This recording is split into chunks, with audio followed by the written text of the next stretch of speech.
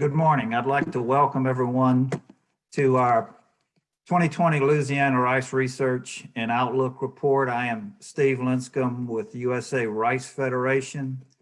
I also want to thank Supreme Rice Mill for their very generous sponsorship of the Louisiana Reports this morning.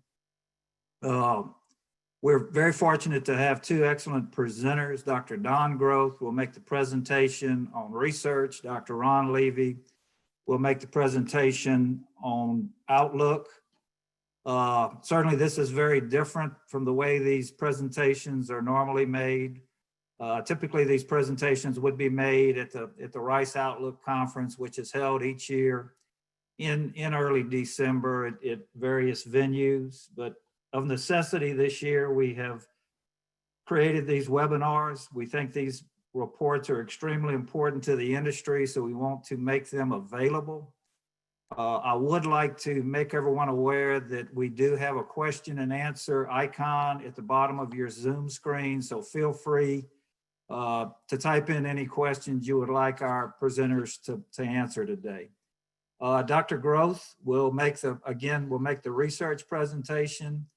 I do want to make everyone aware that Dr. Groth will soon retire after a very long, illustrious, and very productive career as first the rice research pathologist at the Rice Station, and then later also as the director of the station. And I personally want to express my appreciation to Don for everything he has done for the rice industry for many, many years now. So Don, with that, I'm going to turn it over to you.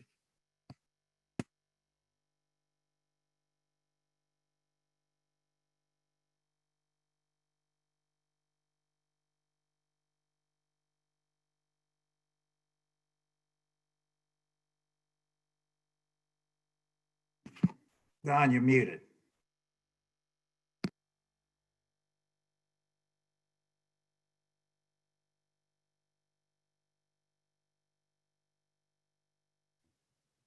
Can you hear me now?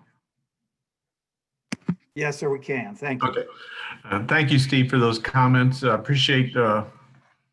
I look forward to retirement, but I'm going to really miss working with the rice industry. I really wish we were alive in Austin this year, because this is one of my favorite meetings, being able to meet with everyone in person. Everyone associated with the rice industry, discussing our most favorite topic, rice. There's an ancient Chinese curse, and it goes something like this: may you live in interesting times.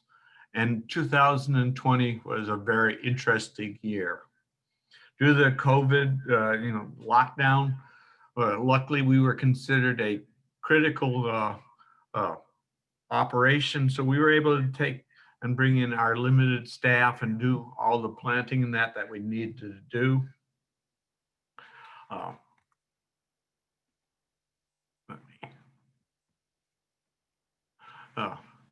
Most of the research, the demonstrations, and all of the foundation seed was planted.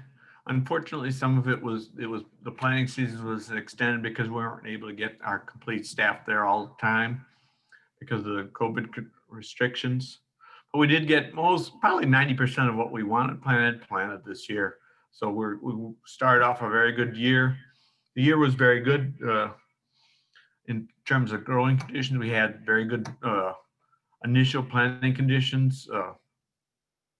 Ronnie, can you turn off this volume? The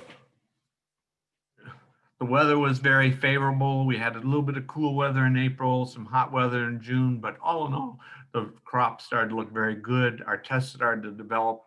We had good yield responses. Disease developed very well, so we could evaluate disease resistance and control practices. We started harvesting and yields were looking very good. We were very excited about the potential for the year. And then Laura came along. As I mentioned, a lot of our fields were planted a little bit later than normal. This is actually a view of our Iowa plots.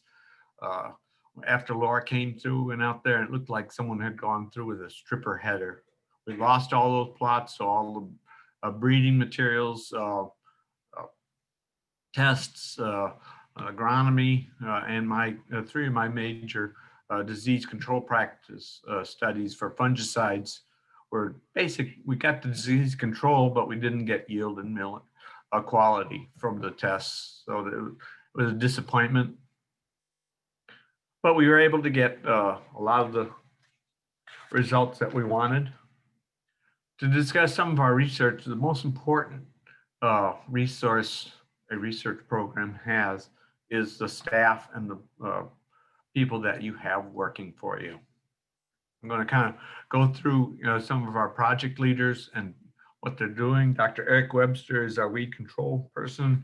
He's looking at conventional Clearfield and Previsius systems in both drill seeded, water seeded, and now upland or Furrow irrigated rice systems.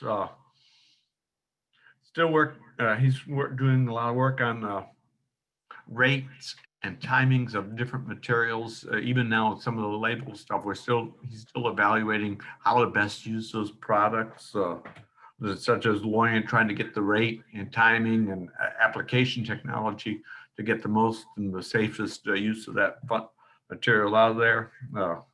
In the Furrow irrigated rice, he's working and had a lot of good results on using sequential residual herbicides, and we're getting very good weed control in those systems. The big problem with his program is, and he mentioned this yesterday at one of our advisory group meetings, was there's not much new material coming through the pipeline. And that could be said for both herbicides, insecticides, and fungicides. And that's very critical that we use what we have correctly, both using it only when we really need it, make sure we're rotating the mode of action, and applying the materials at the correct timing to get the best performance. This is going to be critical because, as we go along, there's not going to be a lot of new product coming along. Dr. Adam Formoso is our breeder.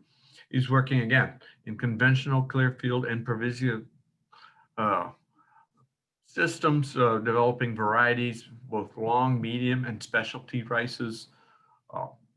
He's looking at two new conventional long grains that look very good, good high yielding quality, better disease resistant packages, and we're very excited about that release. We're hoping releasing them next year. PVL02 was released a couple of years ago and is doing very well.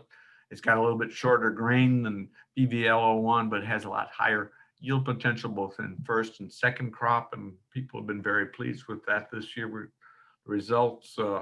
He has just released PVL03, which has an intermediate between the PVL01 and PVL02 grain size, so it's going to be more traditional grain size, but it's also going to have blasted resistance incorporated into it. That's going to be a major benefit in the Previsius systems.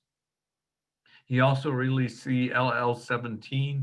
It will be replacing the CL153. It has, again, very excellent yield and disease package quality, and we're looking forward to having those new varieties coming out. Dr. Bhagresh Aguirre is our market assisted breeding project leader. He's taking a look at a lot of the traits that we usually evaluate in the field, but are simply inherited, like plant height, grain type, blast resistance, and that, and evaluating them at very early generations using markers. That stops us from having to look at them in field conditions that can confound selection of those characteristics. Actually, when they looked at it using this marker assisted breeding, you're actually getting better, more effective selection than you would if you were trying to do it in the field.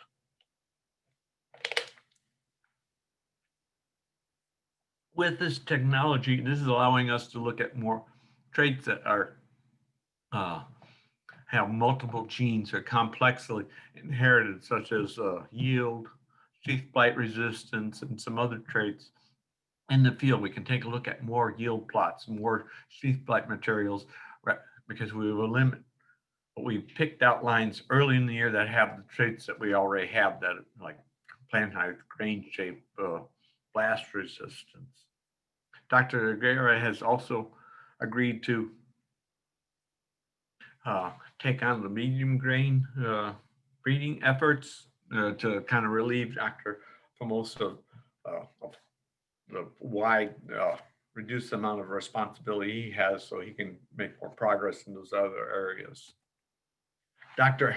Dustin Harrell is our agronomist, and he's looking at, again, agronomic practices that are critical to rice production, nitrogen fertilization, planting rate, other nutrients, how can we maximize these agronomic practices to maximize yield?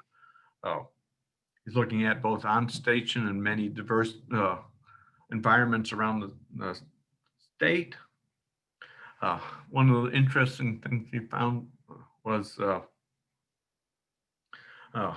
CL-L17 is going to have to be a little bit reduced nitrogen rate compared to some of the other conventional varieties. It's a good example of one wrong agronomic practice. Like if you put too much nitrogen on, you're going to have your crop on the ground. And he screens all the new materials that are coming out and new agronomic practices to make sure that they're working effectively. Dr. Manak Kanchum is our analytical agronomist. He's looking at greenhouse grasses, soil nutrient interactions, and assisting in grain quality. He's increased our analytical capabilities drastically to help take a look at on station, look at processes analytically so we can tell what's going on and how to improve them. This is going to make our environmental concerns and understand the nutrient relationships in the soil a lot better so we can be more efficient and more environmentally conscious. Dr. Jim Moore is our hybrid rice breeder. He's working on two-way hybrids where you have a male and a female. He's released one variety, but he has several new candidates available that are being evaluated. The biggest challenge in this is that is to produce a hybrid that you can produce seed economically. When you have a male and a female variety that has to be synced or not together and produce enough seed, it's very difficult to get that, and plus get all the other characteristics that you want in a variety. Dr. Harry Atomo is one of our biotechnologists. He's looking at continuing his program where he's evaluating additional traits, markers for varietal development. He's trying to develop ones for yield and quality that are a little bit more complex than the simple inherited traits. He's also looking at low digestibility rice, so you'll be able to sell it into markets where like diabetics would be able to eat rice and not get that sudden sugar release that you get from normal rice. He's also looking at some other continuing his coastal erosion work, so very active in the program. Dr. Ida Winfrieda is another one of our biotechnologists. She's had a lot of success with the high protein rice frontier. It's being marketed as in several different markets, and that market is expanding. It's a kind of interesting, the interest in that. She's also looking at herbicide resistance, other than Clearfield or Provisia, in a different mode of action. And she has some very good candidates for that. And we're hoping to be developed to help fight off types and weedy rices. And also she's assisting in the grain quality, the chemical cereal chemistry of the rice, how it cooks, how it develops. Dr. Blake Wilson is our entomologist. He's working on a big push on rice seed treatment for insect control. Big problem is, the two challenges we have is to make these insecticides broad spectrum to cover all the pests that we have, and also to make them economical. So he's looking at rates, timing, rates and combinations. He's also looking at some interesting areas, new areas of induced resistance, taking different compounds or organisms and applying them to rice in the field that will make them resistant to insects. He's also continuing work on checking for innate resistance in rice for insect resistance.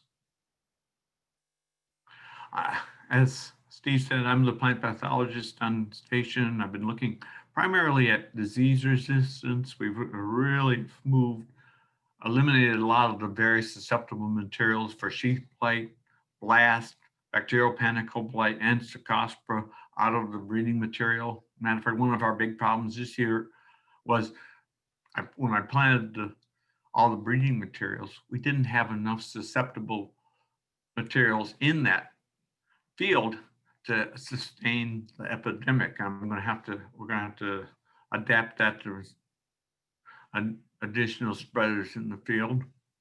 In 2019, we had a very severe smut epidemic. This is a picture you see me hitting a rice plot, and the smut spores are coming out of the canopy because there's just so much false smut in our canopy. We ran a test this year looking at the triazoles, propiconazole and dipiconazole. That's in MSR top. And it was, we were if you hit spray the rice with these compounds at the correct timing, which is about 4 to 6 inch panicle in the boot, we were getting over 95% control of these smuts. So it's very encouraging.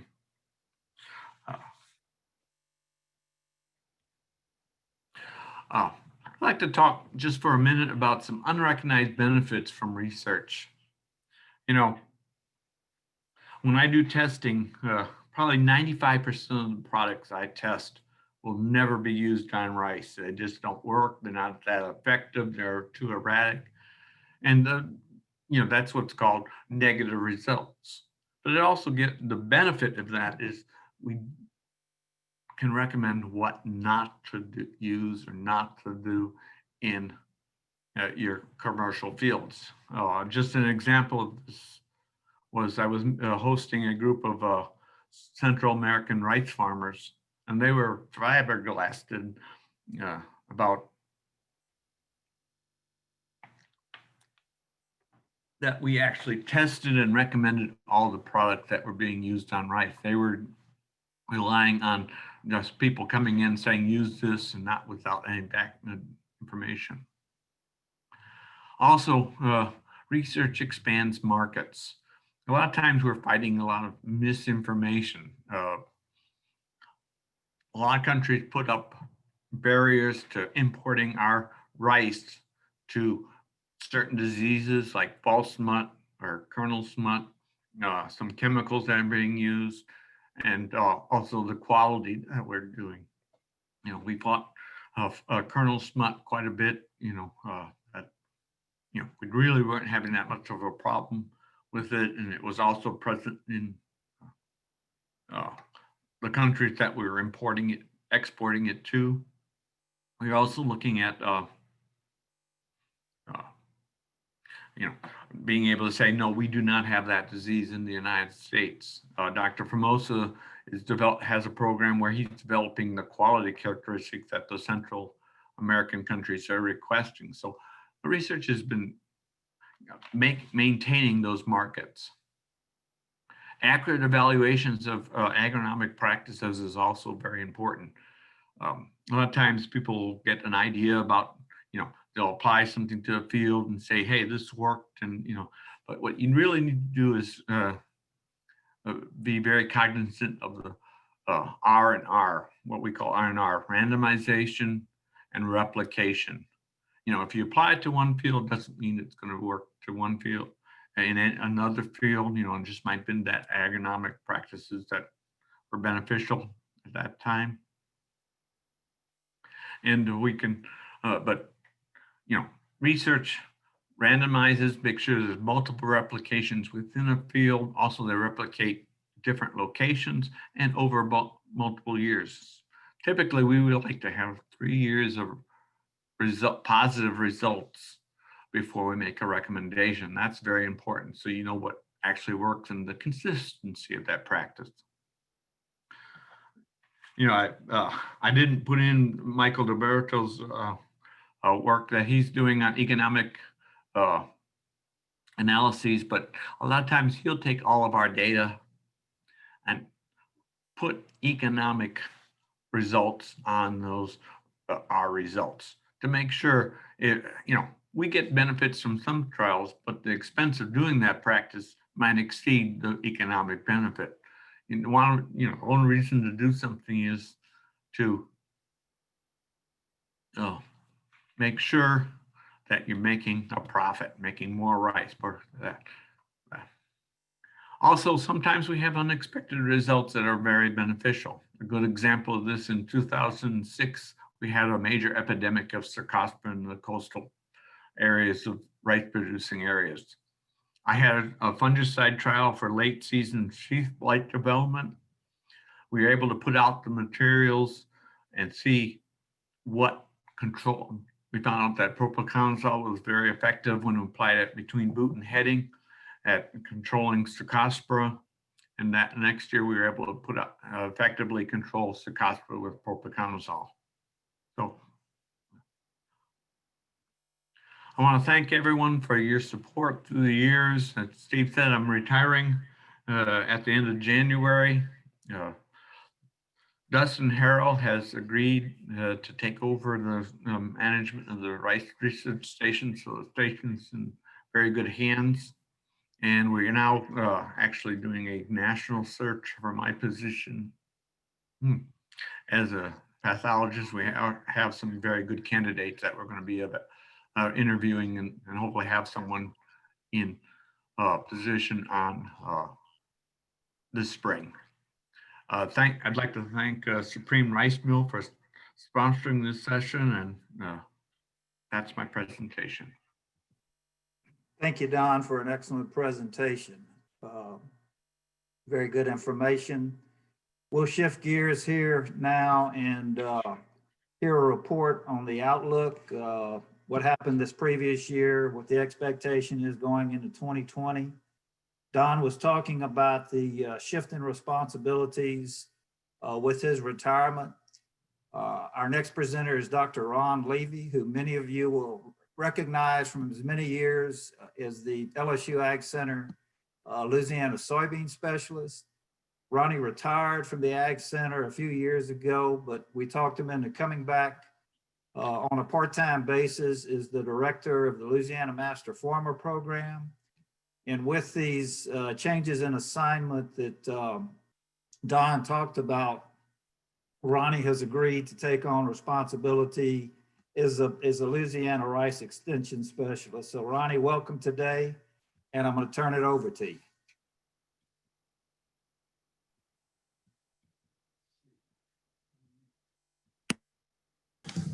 Thank you, Dr. Linscomb. Yeah, it's a pleasure to be back working with agriculture. The Master Farmer is a very important program, but again, working with the rice industry is something that I look forward to doing, a long time during my career. So I'm glad to be back in rice and look forward to working with everyone. First, I'd like to thank Supreme Rice for sponsoring this activity. When you talk about outlook, it's very important that we look at trends and talk to producers about what we see happening in the near future. With that, I'm going to try to start the presentation. And let's see if it goes. And there we are. Okay, hopefully everyone can see. We're going to talk about the outlook for 21. As we do that, let's see. There we go. We're going to start looking at trends. So first we'll start at 2019. If we look at rice acres by all types, you can see that we had 409,000 acres in 2019 in Louisiana. With the parishes, if you look at the most, where you look at Acadia, Jeff Davis, which are the darkest colors down in the lower southwest area of the state, typically that area has the most rice acres in the state. Acadia, for a long time, was the leading rice producer, but Vermilion parishes, which you see right below Acadia, which is the lighter blue, typically had more acres, but didn't have quite the production that we did in Acadia. Again, this is a trend that we've seen over lots of years, where these parishes typically have the most acres, but we are seeing more acres starting to develop in North Louisiana as well.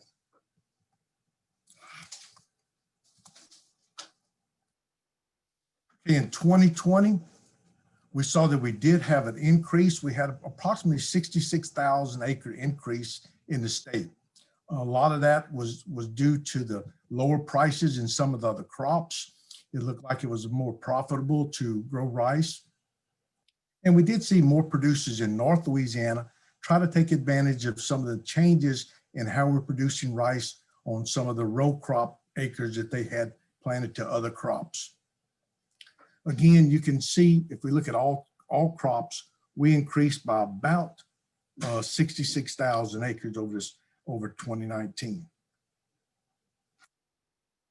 When we look at our ratoon crop, and we're very fortunate to be able to grow a second crop, a ratoon crop in parts of the state, we had about 37%. Typically, we'll be anywhere from 40 to 60% ratoon crop. But a lot of the acres in South Louisiana are actually ratoon, primarily, again, the areas in Acadia, Jeff Davis, Evangeline, Vermilion, Calcasieu. Typically, we'll try a second crop. The benefits of that, one, we have crawfish production. We also have, with very limited input cost, we can have a second harvest, which adds to the overall crop production. Backwards, wrong way, sorry. Okay, when we look at 2020, you can see we were down with second crop production, or ratoon crop. This was effective of hurricanes. We had hurricanes that affected a lot of the southwest area, and we'll talk about those in a minute. But as you can see, we're down to about 24% our ratoon crop this past year in Louisiana. Typically, we will see an increase in ratoon crop, especially in those areas. Crawfish production has become a major impact as far as in rice producing areas. But because of the COVID, we've seen not quite the demand for crawfish because of restaurant closures. But again, we hope to see an increase in this in the future. Now we'll look at a little bit about how we see a trend in our rice acres and what varieties are being grown.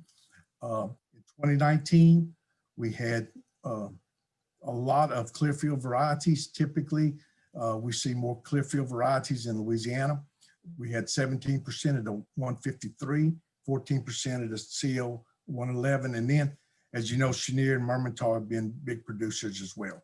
We are seeing a little bit of the hybrids as well being grown, and we'll talk about how we've seen this increase in hybrids over the last couple of years. When we go to 2020, you can see we saw a big increase in the 153. And as you know, it's been a very good variety for Louisiana, a lot of production. We've also seen some decreases in the CL 111. And we've seen increases in the Provisia lines. In 2020, we had 4.9% of our acres in Pervisia lines. We expect to see an increase in that as well in the future. One thing we did see in 2020 is we saw an increase in the amount of long grain varieties that were produced. Typically in years past, Louisiana was known for its medium grains. And as you can tell, we've actually continued to reduce the amount of acres that have been planted to medium grains. In 2019, we had close to 13% of all our varieties, or excuse me, of the varieties were in medium grains. With that, Jupiter was the primary variety that was grown, with about 21% with the Titan and one of the new Clearfield medium grains. We're starting to see some of that take some acres in Louisiana as well. But if you look into 2020, you'll see that we actually reduced the amount of medium grains that were grown with Jupiter, I don't know why I want to say Juniper, Jupiter having increased acres, and we're seeing a reduction in the Titan acres in Louisiana. Hybrids, this is one of the areas that we've seen an increase in the amount of hybrids that have been grown in Louisiana. I think this is something that we're seeing in some of the other rice producing states as well. In 2019, 26% of the acres in Louisiana were in some type of hybrid, where 74% were inbred lines. When we go to 2020, we see 33%. And of those 33%, 65% were Clearfield hybrids and 35% non-Clearfield. And this is typically that we've seen in the last several years, about this same percentage. We talk about Clearfield acres in Louisiana. We typically have been a little bit over 50% of the Clearfield acres in Louisiana have been planted to Clearfield. We're seeing more and more acres going to Pervisia. As you can see, we're starting to, because of the red rice issues in Louisiana, having more and more acres that are actually being planted to Pervisia. We have some new lines that are coming down the pipe. So hopefully we'll see some new varieties that will help with our problems with red rice, especially in Louisiana. In 2020, you can see that we continue to increase with our Clearfield full page lines. We're up to 54%. Again, still about 6% Pervisia. So we hadn't seen a lot of shift in Clearfield lines, but again, rice varieties have had some changes simply because of weedy rice, what we're calling off types. So we're trying to do some things in the field so we can reduce the amount of off types that we have showing up in our rice fields. I guess the thing that we've seen most, and this is something we'll talk a little bit more about as we go on, is some of the changes that have taken place in rice production in Louisiana, and it's primarily been in North Louisiana. If we look at what we're calling furrow irrigation, we have a lot of producers in North Louisiana that plant a lot of row crops. Corn, soybeans are primary crops in that area, and cotton. And with the changes in those prices or the structure, they were looking at how can we produce more rice or rice in these areas without having to take and reduce or take out our rows. So they looked at some type of furrow irrigated rice, and we're calling it row rice, to where they're actually furrow irrigating between the rows and growing rice. As you can see, we've seen a steady increase from 2017 to this past year. We actually doubled the amount of rice in these areas that have been planted to what we're calling row rice. We think that we'll continue to see this trend if the prices stay at, somewhere where they're at. If soybean prices, corn prices hit the roof, then you may see a slight reduction in row rice in the future. There are some issues with row rice production. There's not a lot of research. Dr. Groth talked about some of the research and some of the problems that we have. If we think about row rice, when you start growing something, a different type of culture, there's some different insect problems that have arisen. weed problems or weed issues. One of the things that we use water for in South Louisiana to control weeds. When we have these drying conditions, you actually have some issues with some other weeds, and diseases can definitely be a problem, especially that blast can be very susceptible for varieties that get dry during some of the growth stages. So we hope to see this continued trend because it does increase the amount of acres in production in Louisiana. It's primarily been in North Louisiana, and we've seen, again, you've seen a lot of those acres that we talked about increase this past year. A lot of it was in row rice in North Louisiana. Now we just kind of look at what happened this last year. And I guess this is one of the things that helped Louisiana with our production. We had ideal weather conditions early in Southwest Louisiana. We had about 75% of our acres were planted in the first 2 weeks of March, which that's typically unheard of. Typically we'll get a little warm spell in February, and in March we'll get cold again. It'll be late March or early April before we get the majority of our rice planted. But this past year, we had a few days above 80 degrees in Southwest Louisiana. So we were able to get in and plant early. Stands were excellent. Grower conditions were excellent. And we thought we were going to have probably a record-setting yields. North Louisiana was a little bit slower in getting planted. They actually had a couple of storms that came through just North Louisiana and dropped a lot of rain. And since a lot of the rice is planted up there is all or mostly drill seeded, then they were late. It stayed wet a little longer, so they were a little bit later getting planted. So it did delay their planting, and that had an impact on some of the things that took place later in the season. I guess we'll spend the most time or some of the time talking about hurricanes. We talk about Louisiana this past year.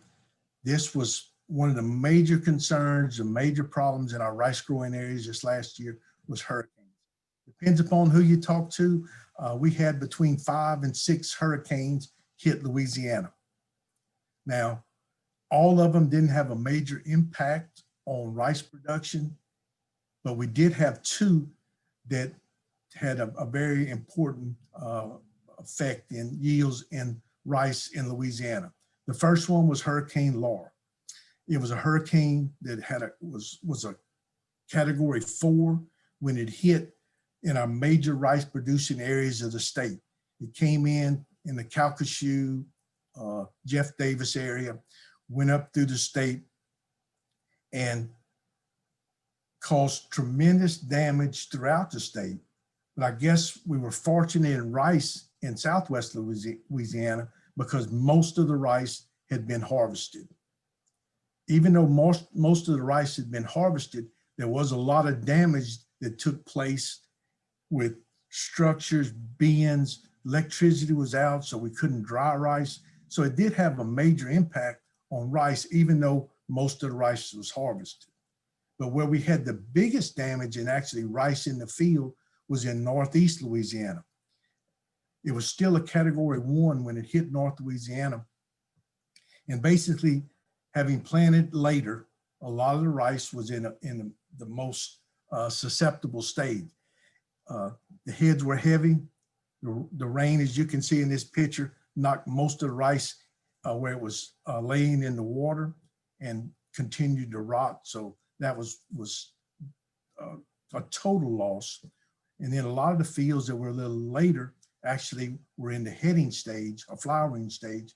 So we had a lot of damage or blanking to those heads due to the wind and damage that was caused primarily from wind and rain. It was estimated by Dr. Kurt Guidry and some of all the agents throughout the state that we had about $28 million worth of damage to the rice industry from Hurricane Laura. And again, this was the one that came in unexpected, no telling where it was going, and it did cause a lot of problems in that area, and they're still trying to rebuild from the first hurricane.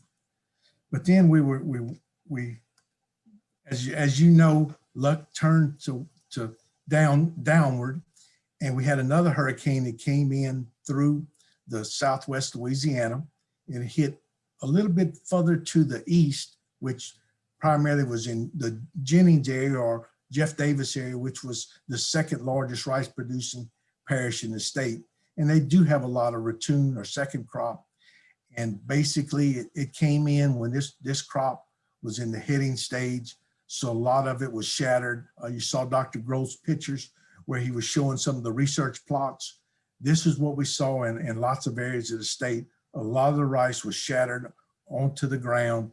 The ducks will probably be happy this year because we do have a lot of rice that was laying in the rice fields. But again, as producers, we did see a tremendous amount of loss due to our rice crop from these two hurricanes.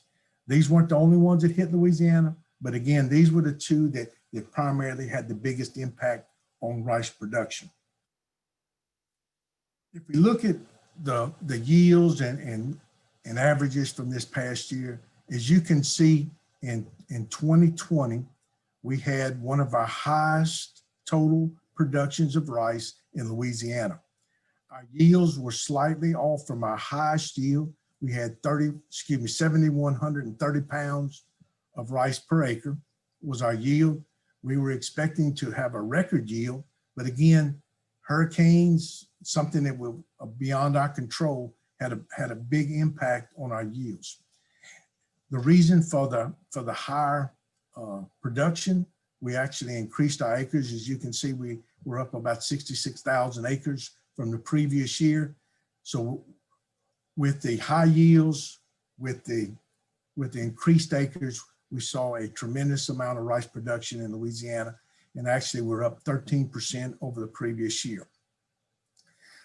So these are some things that we're seeing in Louisiana. This is the good part, that we're actually seeing higher production, which is very important to our producers as far as economic returns.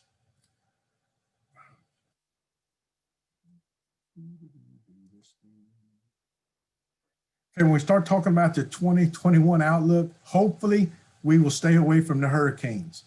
This is probably something that we always have concerns. When we look at rice production, you always think of producers saying, how early can we plant? If we can get planted early, then we can harvest most of our rice prior to our hurricane season.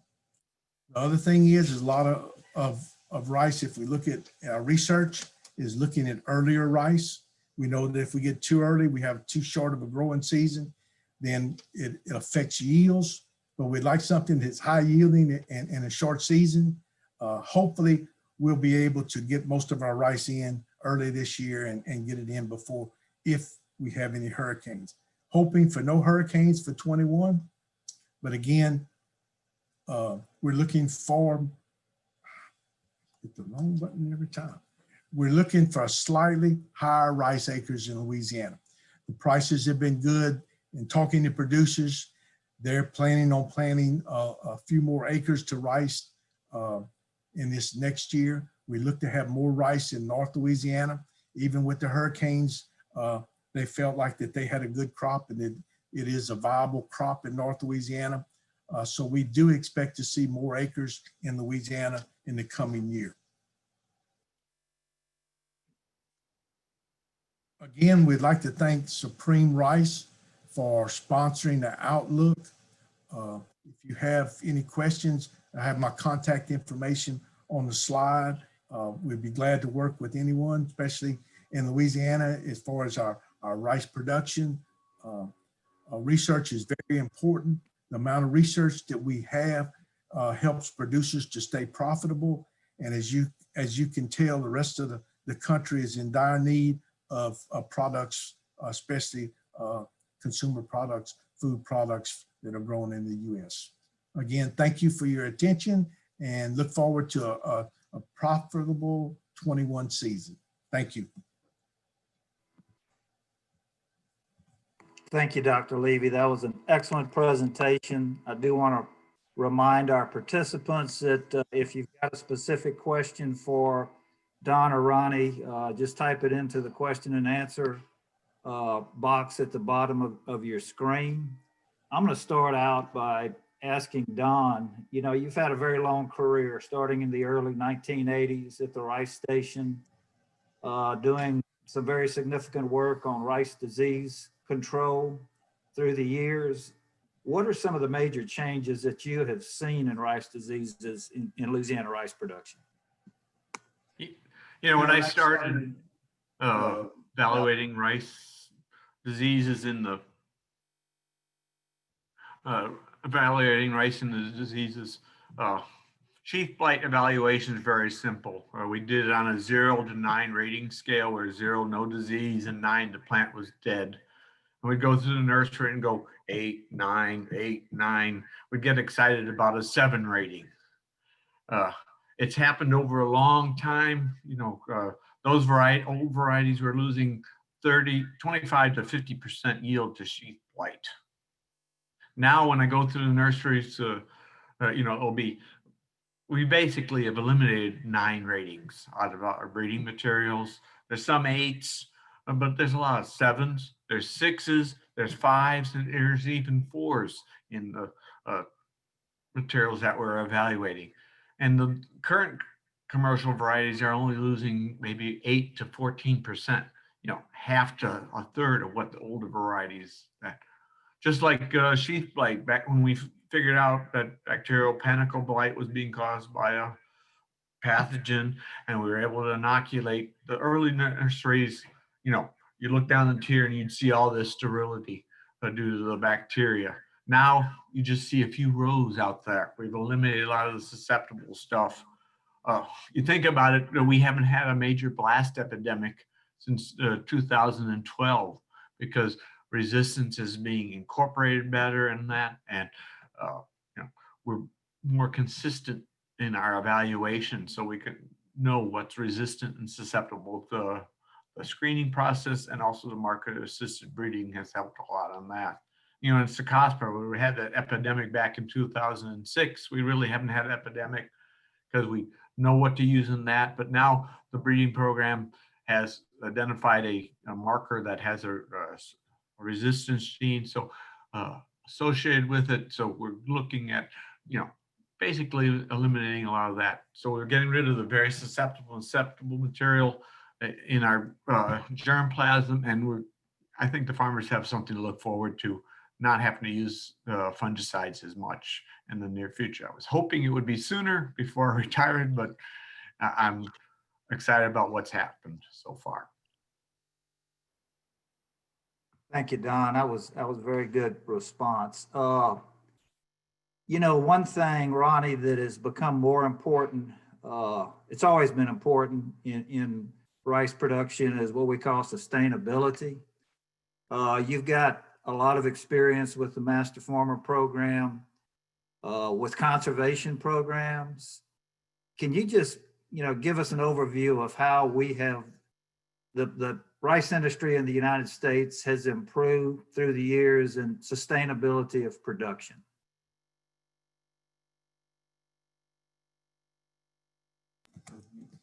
Okay. When we talk about sustainability, and you were very instrumental in that in your role in when you were here in Louisiana, looking at one time, probably most of the rice in Louisiana was water seeded. If you think about working it in the water, planting it in the water, the amount of sediment, nutrients that were leaving the fields was tremendous.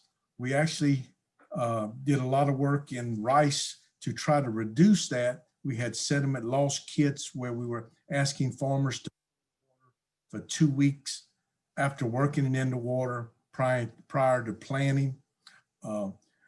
We've went to where we're now using a lot of stale seed bed. If you look at rice in Louisiana, probably over 50% of it, the fields are worked in the fall. Some type of cover is established, and then they come in and plant in what we call a minimum tillage type operation in the spring. So we've tried to do things that have reduced the amount of sediment and nutrients leaving the fields in rice production and other crops as well, but rice has been probably the leader in that area. Another thing that's taken place is what we call water leveling or laser leveling, where we've actually came in and reduce the amount of fall in some of these fields where we have a more to a 0 grade or slight elevation, to where we're using less water in the fields. So we're having less pumping costs, less water being used in the fields, all these things, conserving the natural resources that are put into production. Nitrogen uses, we talked about, Don just said this variety. The newer varieties, a couple of them are gonna have slightly lower demand for nitrogen. These are things that help conserve and make it more sustainable as production practices. We've seen these type of activities. Industry has opened their arms and looking at how we as an industry can reduce our input costs, our inputs, our fertilizer uses, our water use, and still keep our production levels and our profitability as sustainable. With Master Farmer Program, for those of you not really aware of what happens with Master Farmer, we actually in the state of Louisiana have a law that was passed by the state that says if you're a master farmer, you're deemed in compliance with all environmental concerns. We have 3 phases where you come in and do phase 1, where you have 6 hours of classroom educational material where we talk about all the things that are important as to sediment loss, how rain impacts, how cover crops impact conservation practices, point source pollution, non-point source pollution. Then we have what we call phase 2, where they have to actually attend a field day that has conservation practices included in that field day to see some of those practices in work and how they're being developed. We also have a new Taylor project that we have what we call model farms, where we have many of these conservation practices included in their production practices, where they can look at all these practices and see how they impact their production. Then phase 3 is where NRCS will come out and actually do a resource management plan on their entire farm. So they have to look at all the things that might impact the environment, such as air, water, runoffs. So they're looking at things to improve the environment by reducing the amount of impact that each one of these farms has on the environment. So with these 3 phases, then they actually, our Commissioner of Agriculture will present them a certificate that they are master farmers, and they will be certified for 5 years as a master farmer. To become recertified, they have to update their phase 3 or their resource management plan. So with that being done, then they actually have a farm that would be considered a very sustainable farm that meets all environmental concerns. So this is one thing that Louisiana, I think, was one of the first states to look at this type program. I know that you helped in its evolution in your role in Louisiana as a rice breeder. But again, there's been a lot of people that have went through the program, and it seems to be a program that other states are looking at. I've had 2 or 3 states that wanted all our information because these things were very important to try to be proactive in working to make rice sustainable without increased regulations. And that's always the goal, is to as producers to be very good stewards of the land, but not be overregulated. So if we can do that with this program and others like it, then I think that we've been very successful. Thank you. That was very good explanation. We are running up against the top of the hour, but Ronnie, we did have a question. Someone missed your outlook for, or your projection for 2021. So what do you think the acreage is going to do? Could you repeat that? Yeah, I think we're going to see an increase in acres. In talking to producers, especially in Southwest Louisiana, soybeans have been something that was grown primarily as red rice control, and the rotation is not very favorable for soybeans because they just don't yield in those soils very apt to hold water. So we're seeing fewer acres of soybeans, and with that, we're seeing slight increases in acres where they can produce them. And also in North Louisiana, there's been a big push, and I think a lot of it probably has to do with duck hunting. In those areas, there's a lot of interest in a food source for ducks. So we see in some areas in those that were primarily, row crops are going to rice as a source of duck hunting leases as well. So with all those things being considered, we expect to see probably a 15 to 20,000 acre increase in acres in the coming year. Again, I'd like to thank both Dr. Groth and Dr. Levy for your presentations today. This session has been recorded and will be available probably early to mid next week on the USA Rice YouTube page, and we'll make you available of how to access that. Again, we certainly want to thank today's sponsor for the Louisiana Reports, Supreme Rice Mill. And with that, we appreciate your participation today. And again, thank everyone very much.